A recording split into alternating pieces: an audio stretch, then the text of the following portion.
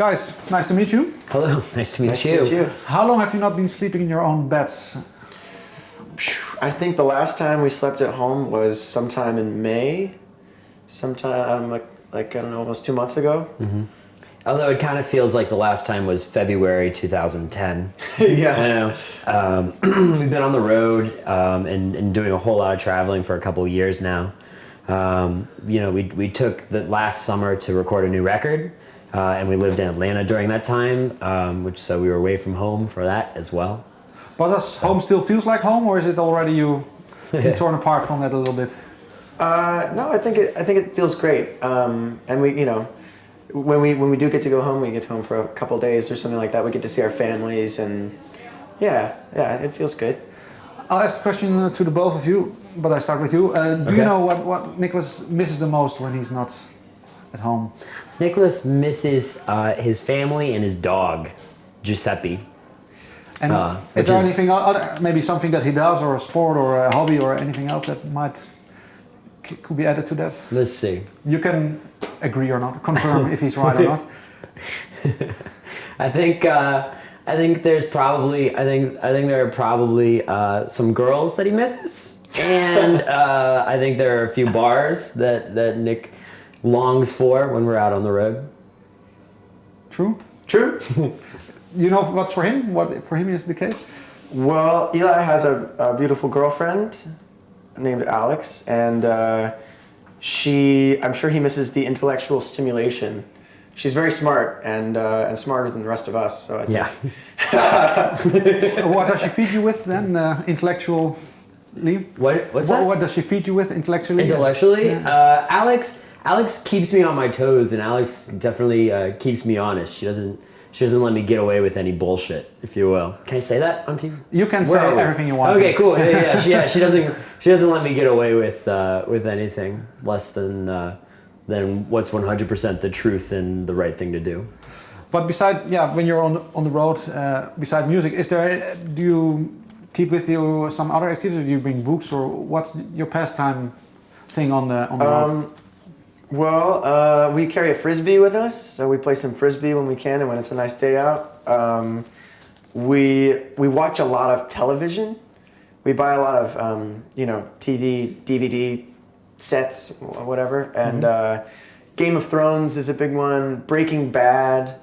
We're addicted to a lot of television. I think the new series starts next week. Huh? I think. Yeah. Everyone knows that. All right. So, well, you recorded your album last year. When you see now, what was, I think, for you the most important moment if you look at last year?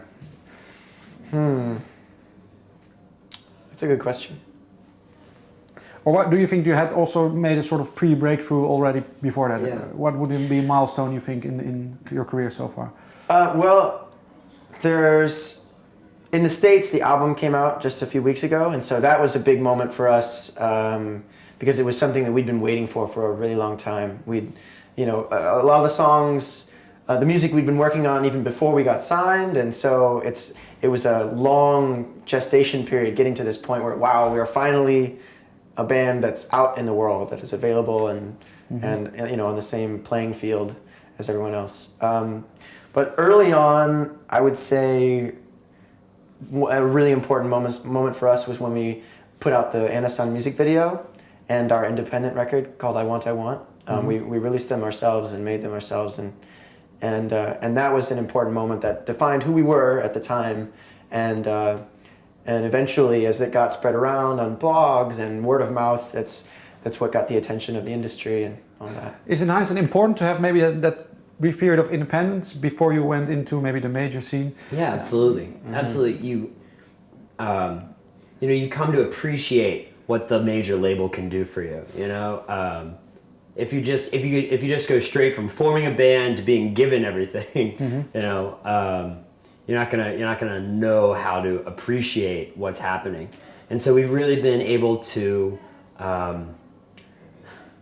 what's a better word for appreciate? Not take for granted. Yeah. We're not, all the opportunities that being with the major label is bringing to us, we're not taking them for granted. Being able to play big festivals and work with our dream producer on the record it's all really cool. What's the experience that you still cherish, maybe from before this period, that you still think it's important that you've been through that, maybe yourself the hard way?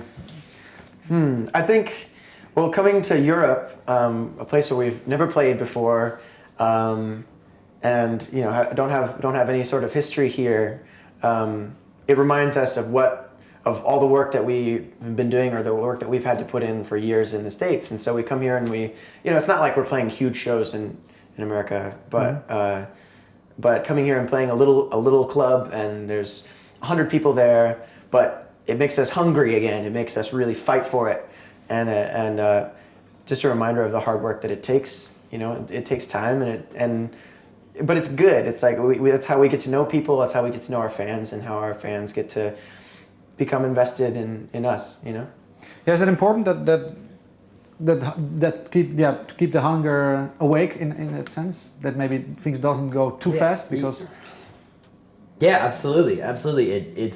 It's important to stay hungry, and I think Steve Jobs said this. I think he said it's important you have to stay hungry and you have to stay stupid, And I think that's part of what makes you pursue music as a living, is you got to be a little dumb, because it's. In what way does it manifest itself? Because it's not an easy career, and it's not something that success comes to a lot of people in.